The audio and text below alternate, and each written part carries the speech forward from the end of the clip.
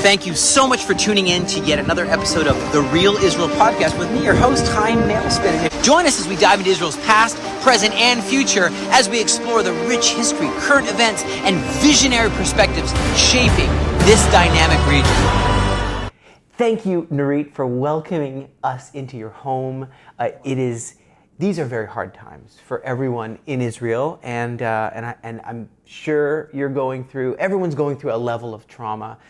For my one friend, he'll go to sleep and have a twitch. He'll wake right back up, and and I myself, serving for, a long time in the army, have felt some of that. But someone like you, I'm just so glad that you all can get to know Nurit Cohen. Nurit Cohen. Cohen. And the priestly role, that's what Cohen means. It means priest. And you're doing something on behalf of the nation of Israel, which I think not everyone would do. But just before we jump into that, would people automatically think of you before the war as scuba diving instructor? Would they think of you as, what would be before the war? What would be something that you would be before the war? Well, you have to be a certain person in order to do what we did. So I've always been, very independent, very I'm very secure. I'm very a person who does things. I like to do some extreme things. I ride my motorcycle. I scuba dive. I travel. And everybody would say, so what would your mom say about doing this and that? And I'm like, where do you think I came from? It's she's the same in a way, like my family, I'm one out of 4 girls, and we're all very independent, powerful women. And I myself have 3 girls, and I hope and I see how they develop, into becoming very independent and strong-minded and happy girls, So I've always been a very happy person, optimistic, very Jewish, very with a Jewish identity, very connected to. I grew up in the Tzionut Datit, the Zionistic movement, the religious Zionistic movement. I've been a settler at a certain point just before we gave Sinai to the Egyptians. I was sitting there in a settlement. I grew up in Jerusalem. I've always been a giving person. I've always been involved in volunteering. Since I remember myself, I've always been volunteering. I've been in MADA. I've been with the Christ Center for Sexual Abuse. I've been involved in hydrotherapy in Tel HaShomer. Always been volunteering while I've been working. And you made Aliyah as well as a family, or on your own? My family did, yes. Okay. I was 9 years old. We came just a few months before the Yom Kippur War, so that was our welcome to Israel. And you sound like you're from America, is that what? No? I sound very American, but actually I'm from Copenhagen, Denmark. Okay. And when we made Aliyah, we lived in Jerusalem and in French Hill, and all our friends and neighbors were from the States, and that's what I learned. I learned American Just English. So I can hear a little Danish, how would you say, make sure Danish people to share this Real Israel podcast? Så velkommen til vores podcast, og jeg håber, I får meget ud af det. That's amazing! Wow. So you made Aliyah, you're brave, and International Women's Day. We're showcasing a whole bunch of heroines, female heroes who have done the impossible, and who are voices that are like Esther, really doing something that's dangerous and traumatic. Can I I know that you've received all kinds of awards, and you've received all kinds of, we can talk about, so many things, and people come from around the world because of this, essentially what you're wearing. So this is a vest, ZAKA. So ZAKA, which I understand is Ziui Korbanot Ason, or some people lovingly call it Zeki Ruvachim, which is bringing the people together. But really the work is a volunteer organization, right? And they got the name tag. And what would you say this job is around the world and in Israel in general? Well, we are an international humanitarian Haredi organization, which means that we are ultra-Orthodox men mostly.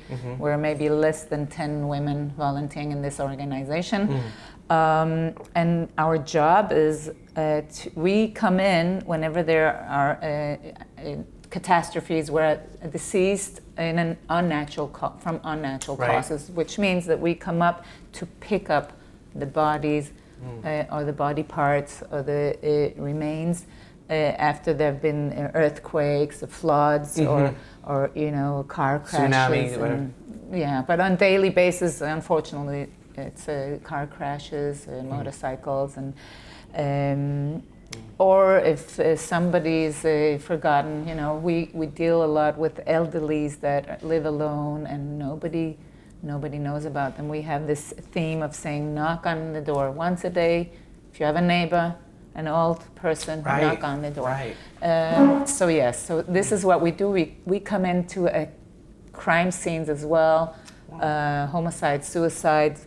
And I belong, in ZAKA we have Chesed Shel Emet, that's what they're doing in general, and we also have special units to search, which means we have a drone unit, we have a jeep unit, we have a dog unit, we have, and I belong to the scuba unit, which means that we look for bodies in water environments. Right, scuba instructor even, right? So I used to be a scuba instructor. I used to work on liveaboards. I used to work on safaris, and that was a totally different way of diving. So we went through a special course to do search and recover from water environments, which is a totally different scene than on land. And I'm the only woman in that unit so far. Wow! And you have to remember that most of them are very religious men. So this is a big step towards, opening up this very close, because it's a very close society. People think that it's a very close society, and I'm here to come and tell that they respect each and every person. I always feel very welcomed. I always feel like one of the gang. Nothing is different. They don't treat me different.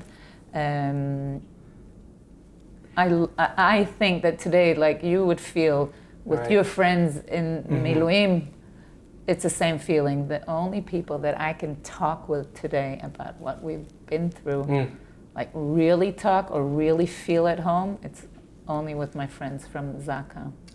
Indeed.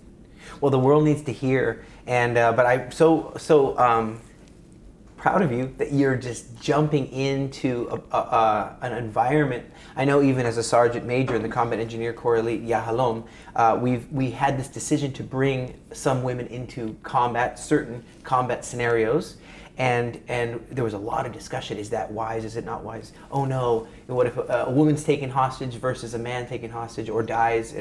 But we decided to do it, and we were all really shocked what an upgrade they brought to the environment. It's really interesting. So, but you should always ask, why were you surprised? Because I would always say, when people say to me, "Oh, but you're special, you're unique, you're this brave woman," I always say, every woman is a brave woman. Yeah. Working the way up to where we are today, and this is not the end of the journey yet. We still have a long way to go, but women had to be very brave and fight for their rights that they should have had handed out from the first place. So I'm saying, yes, I'm brave, but I think that every woman who gives birth have been through something, and they're all brave. In my eyes, every woman is as brave as the next. 100%. So speaking of that, on the 7th of October, were you in ZAKA at the time, in the scuba unit at the time, on 7th of October, and when you were called? Yeah, but I wasn't down south. Since I'm always volunteering, I was also very involved in our community here in Modi'in and in our shul, and I was in the, I don't know, the committee leading. We don't have a rabbi. We have like a committee leading our minyan, our community, and the WhatsApps were starting, saying something is going on, and one of the family of Eden Nimri, the Zal, they didn't hear from her from 7:15 in the morning. I immediately went there. I was there with this family the whole time, also when they heard what had happened and the Shiva and whatever. So I actually came down to the south, to Otef Aza, the second week, towards the end of the second week, and we were still picking up bodies at that time. It took us 2 weeks and a half to pick up, I would say, maybe 95% of the bodies. After that, there were still cases of bodies that were harder to find, and that went on. Like, we were working until the end of December. Can you imagine? Wow, in the woods, in the trees. To look for all the bodies. Caves, yeah. Also because there were cases where it wasn't clear, and we know today that they had to open 2 graves that I know of because 2 people were buried together without them noticing, because the state of the bodies, many times they were burned to the bone, and therefore it was very hard to see that it was actually 2 bodies and not one. Or there was just 1 bone left, and so we were working in the south. I came down, as I said, the second week. And also you have to understand that I was always in the scuba unit. This was I didn't even know that I could join, because I belonged to the scuba unit. And then little after little, I understood that many of my friends were there, and I said, I'm coming also. I want to take part, just like you said, feeling that you're part of something larger than yourself and larger than life, and important, and feeling the importance of doing something for the klal, for the community. And this is something that I felt that I had to do, and it was interesting because once I got there, I didn't know anyone, because I've never met all the other 3,500 volunteers, because I was part of that, and I was working with people that I didn't know at the time, and after a week they were my buddies, they were my soul, my friends, and the things that we had to do, going into into houses, private houses, and first of all seeing the scenes.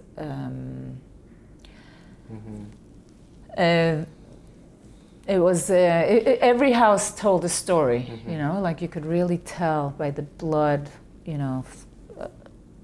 on the floor, the hole in the ground from the hand grenade, the sharp nails all over, the blood all over the, the crib with the pillow, and it was, the handle of the safe room with the gunshots around it, and the little blood coming out, and it was devastating. It was. I don't even think that we realized at start. We were just working and doing stuff, and using a lot of black. We call it black humor. Like using humor in order to get through this. And the first day I was there, in the morning we were recovering bodies and body parts, and yes, I've seen everything, and. In that same evening, we went to Be'eri, the kibbutz, and made a barbecue with music and dancing for the soldiers there. Right, yeah. And for me, that was like, what's going on? This is like, what a dissonance. And I understood later that was the only way. That was the only way that you can keep on going. Yeah. No other way. And this is what we've been doing all the time. Doing the hard work, and then needed a release of all the the traumatic scenes and the work by hugging. I mean, I didn't, but all the chevra were hugging and dancing and getting all the voices, all Yeah. The singing. Not bottling it all down and Yes. letting it just come out in Yes. music and dance. And, you know, a lot of people watching haven't had war in their country, on their soil, in their neighborhood, you know, for a long time. So it's easy for them to sit back sometimes and say, oh, let's judge how this could work or how that could work or what I would have done different. But experiencing that, and like you said, I was there as well. And it was under bombing. You have to understand and remember that there were bombing all the time. When we Hamas were there, rockets, there were rockets. It was. And the terrorists were around. There was, 6,000 terrorists almost. At start, in the first week, ZAKA were working under a direct threat. Mm-hmm. I mean, some of the guys have experienced, you know, a real face-to-face almost threat of the terrorists. Yes, they were here at least 4 days. We don't really know if all of them went back. Now we have footages, you know, I mean, we had the first day already, we had the footages from Hamas showing what they were doing. The women, how they treated the women, how they treated children, how they were, you know, expressing their evil, hate, and they were filming it all, and they were cheering. And we have, you know, eyewitnesses that survived, for example, the Nova that have been telling us, but also the ZAKA members, you know, in the beginning, because I wasn't there the first week, I was asking people, so was there rape or wasn't there? Because I started giving tours to delegations coming over, and everybody was asking about the rape. And I always thought, you know, it was bad enough as is. But yeah, that's another section of, you know, war crimes. So yes, it was important to discuss this. And one of the guys is told me, "Are you kidding me? One of the bodies that I saw was lying on the front of a car." I don't have to describe it all, but he was there was blood coming down the leg. I mean, there was no way it would be something else.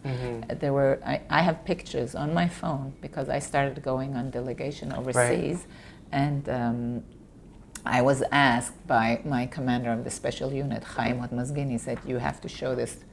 I went to Canada with family members of kidnapped and murdered women who had doubled, citizenship, also Canadian, and we went on a delegation there to speak in the government there, in the parliament, and he said, you have to show these pictures. That were pictures, these are pictures that Chaim took himself on the 7th of October, and I went through these pictures and I said to myself, there's no way I'm going to show these. I mean, these are really, they show everything, like cutting off limbs, sexual abuse, burning genitals,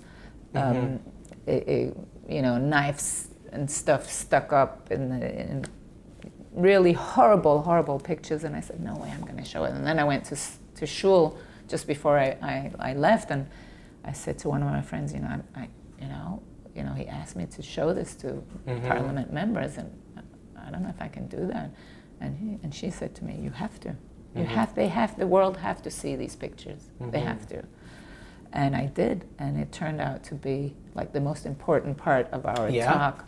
Because 1,000 words. It was evidence of what really happened, you know. And I know ZAKA, it has a policy never to take pictures because it's someone's brother, someone's sister, someone's mom. And so, but I do agree, I agree that is so important to take this documentation. Well, people ask me many times, they say, so why don't you spread these pictures? Why don't you show them? Why don't you send them out? And I'm like, no, we're not allowed to. I cannot show them here in Israel, for sure I can't show them. I show people if they come and look at them. When I showed them at Parliament, I told them you cannot take pictures. And you know, some of the rooms there, they have cameras, and I said, I want to make sure that these are not working right now because you cannot take pictures of this. This is private. You know, we deal with kvod hamet, but also kvod hachai, which means respecting the dead, but also respecting the living, which means that the family members, of course, they don't need to see their loved ones plastered everywhere. In such a state. You know, one thing is to poster, you know, the pictures, the beautiful pictures of the kidnapped and the dead, but another thing is to really see what you know, like that's something that we it's actually one of our slogans. It's kvod hamet. We cannot, and we will not do anything to hurt and not respect the dead or the live or the living. People watching, for a lot of Westerners, there's a study done that volunteering is kind of more of a pastime, more of something, hey, I got some time, I'll volunteer at the soup kitchen as kind of an extra add-on to my life. Maybe it helps me to feel more affluent, I don't know what, more benevolent. But in Israel, volunteering is looked at as an essential, it's food, this is keeping people alive, and you're choosing to volunteer to do that. I think it's a Jewish thing. Yeah.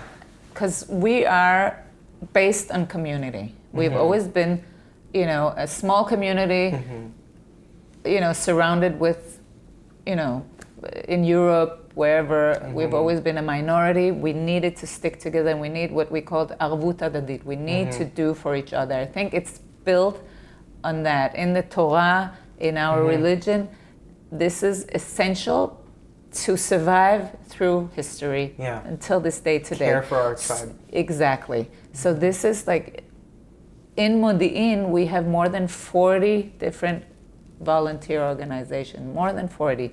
Everybody is volunteering, because if not, it's not going to work. It's not going to work. And also because, after the 7th of October, they said that between the age of 18 and, 55, 80% of the people were out there volunteering and helping out. And that's amazing. And you wouldn't see it anywhere else in the world, I think. That's amazing. Many times in movies, when something happens, if somebody drops dead, you see that everybody flees. Yeah. And in Israel, it's just the opposite direction. Even grandmothers will get out of here. Yeah, we want to come and help. We want to save lives. We want to.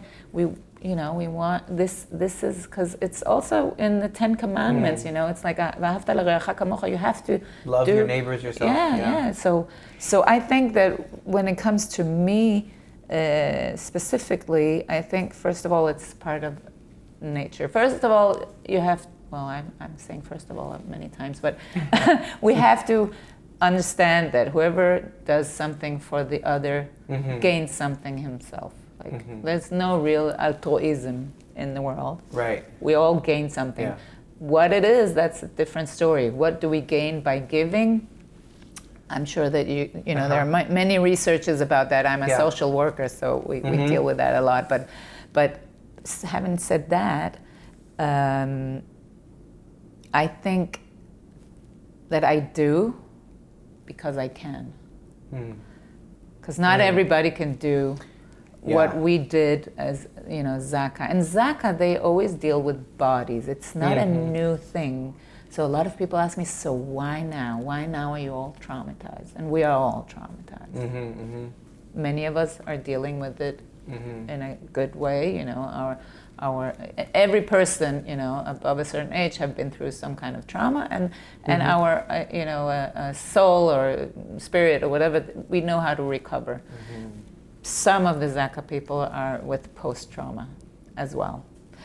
But we are all traumatized, and I always, when I give tours or talks, I always ask people, so why do you think now? Why now? We've always been taking care of bodies. And the answer is, of course, because this was done. It wasn't an accident. It wasn't a nature disaster. It wasn't a car crash. It was done deliberately by a human being. And I always say these are human beings. They're not animals, they're not monsters, they're not whatever. They are human beings, got up in the morning, got dressed, and went and did the most horrific, mean, sadistic things to other human beings that has never been seen ever in a Western country. Never. True. And that's shocking the core of the soul. And the levels of hate, I think people are finding out, are beyond what anyone imagined, except for Nazi Germany. And you look at the meticulous data gathering and that the Nazis did, and So then you have Hamas also used GoPros and gathered some evidence of their crimes against humanity. But here's the thing: is there's people denying everything. I mean, there's people out there who would say, you know, there was no Holocaust. There's even with all the documentation, meticulous documentation. And then there's people that would even say, hey, maybe it never happened, or you know. And then maybe it wasn't so bad. It as wasn't you're so bad, describing. and maybe. And look what you've been doing to them. So you speaking out, and you can ask how you know about how many places you've traveled. You said parliaments and places to speak in English and tell what you saw with your own eyes. Yes. And experience. In the States, in Canada, in the Baltics, and I just got back 2 months ago from New Zealand. Wow. Talking there with both also different Jewish communities, but also Christian communities.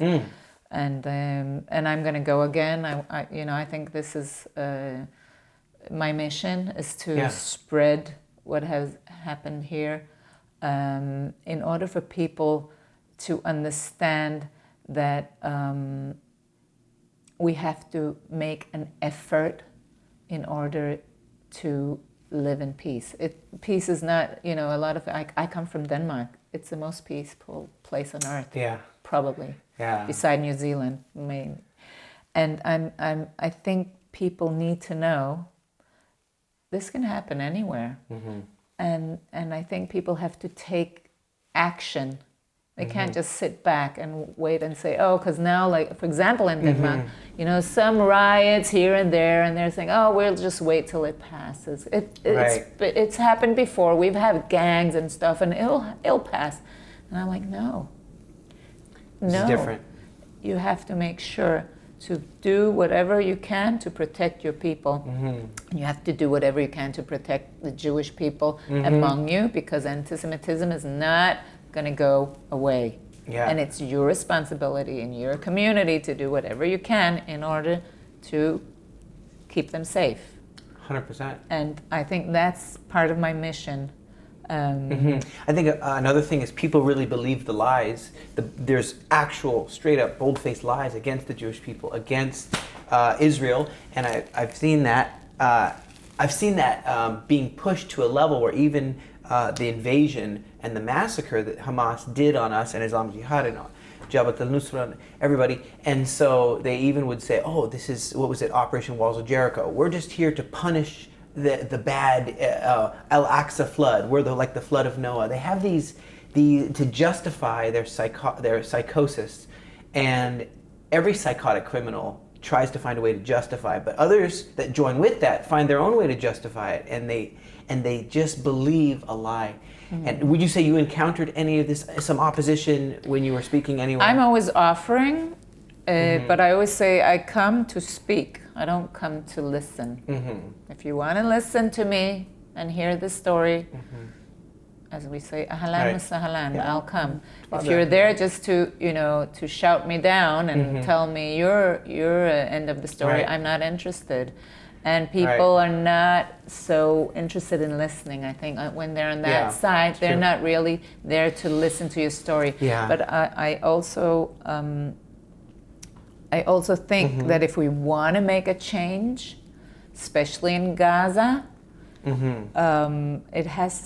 I think it has to come from education, from the very base. If we want to really make a change, it's in their education system, because that's the only way. The adults, I don't know how much they want to change, or they can change, or are they allowed to think differently?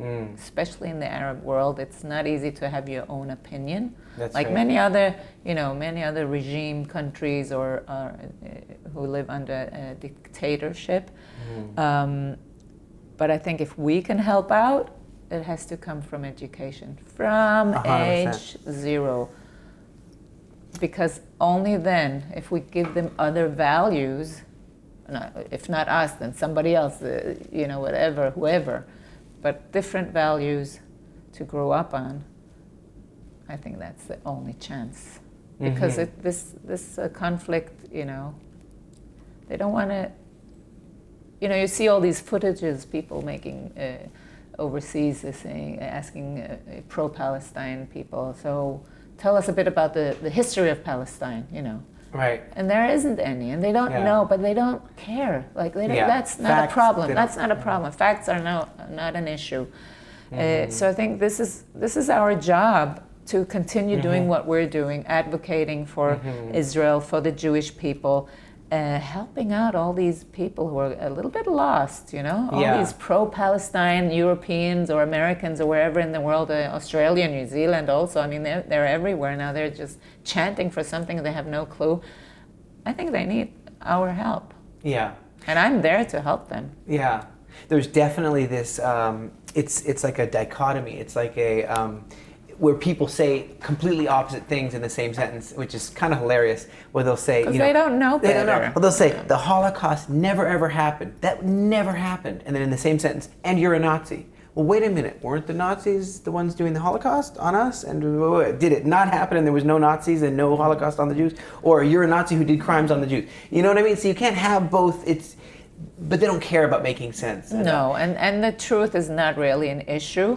And I think we need to, shape up on our, how do you say, public relations. Yeah. Because Israel till now didn't think, we always just believed that we were doing the right thing. And that's it. We don't have to speak. We don't talk. We do. And now we're understanding that. Right.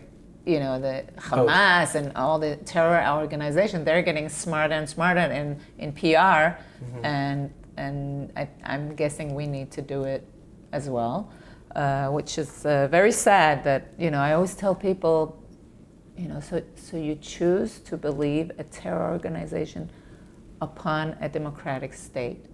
Interesting. Like, really? A flag of a country that doesn't exist over any country that doesn't exist. Well, it's not just me and it's not just us and not just everyone watching. It is Vitso women. It is the city of Hadera. It is the world thinks you're very brave and really appreciates you. Thank you. And thinks you're an example, not just for women, but for just anyone, men too. And then the interesting thing is that ZAKA, because we have once a year. Oh, you were going to get to that. Oh yeah, we have once a year, our Independence Day, which is like the biggest national event of the year, right. And part of it is a lot of dancing and singing and praising special people who did special things for the community. Honoring where honors due. And we have 12, I don't know how you call it, torches or whatever. Right. And it's always the biggest honor to come there and light these, like the 12 tribes of Israel. Right. And this year of 2024, the theme was the heroes of this war. And ZAKA chose me. Can you imagine? 4,000 people. Wow. Men. Yeah. Choosing a woman. Wow. And they're ultra-Orthodox Jews. Yeah. The woman has a very specific and very honorable part in their lives, but choosing a woman to represent them at this ceremony, which was me, and I was very, very honored. I'm saying this with all the humbleness that I can say it, that I was truly very, very touched and very honored to be chosen to take a part in this unique and beautiful ceremony, and also very complex. This year was very complex because the situation, we couldn't do a happy event. It was very close to... On Independence Day, this is right. Yeah. Yes, it was in May, and it was only half a year after October 7th, so there wasn't really dancing this year. My daughter, who normally dances in these events, we thought we were going to be there together, but this year they canceled the dancing. And I was only representing. I mean, it wasn't me, it was representing ZAKA, and there were 10 guys standing on stage with me. The whole concept was beautiful this year because we were, instead of just being 12 people, we were 250 people approximately, because every person who was standing there was representing an organization or someone who had worked on 7th of October in the Different South. organizations. Yes, so you were I chosen was to very, very honored. light the signal fire. And yes. the honor flame. Very. That's amazing. Well, let me point your attention to those watching, whether they're Israeli, whether they're Jewish, whether they're from any nation in this world watching. International Women's Day, heroes, female heroes, just to all people who desire the greater good. What would you say to them? I would say that being a woman in this world today is, first of all, a privilege. I think I'm a proud woman coming from a proud family of women, and I would say each person can find in themselves the power to do, and continue to do good for the community, for the family, for themselves. And I believe that when we get together and we get to do powerful things, and we change the world every day. We women change the world every day. So go out and be active, or in your homes. It doesn't really matter. But believe in yourself, believe in women's ability to become whatever you want. I've always done whatever I felt like.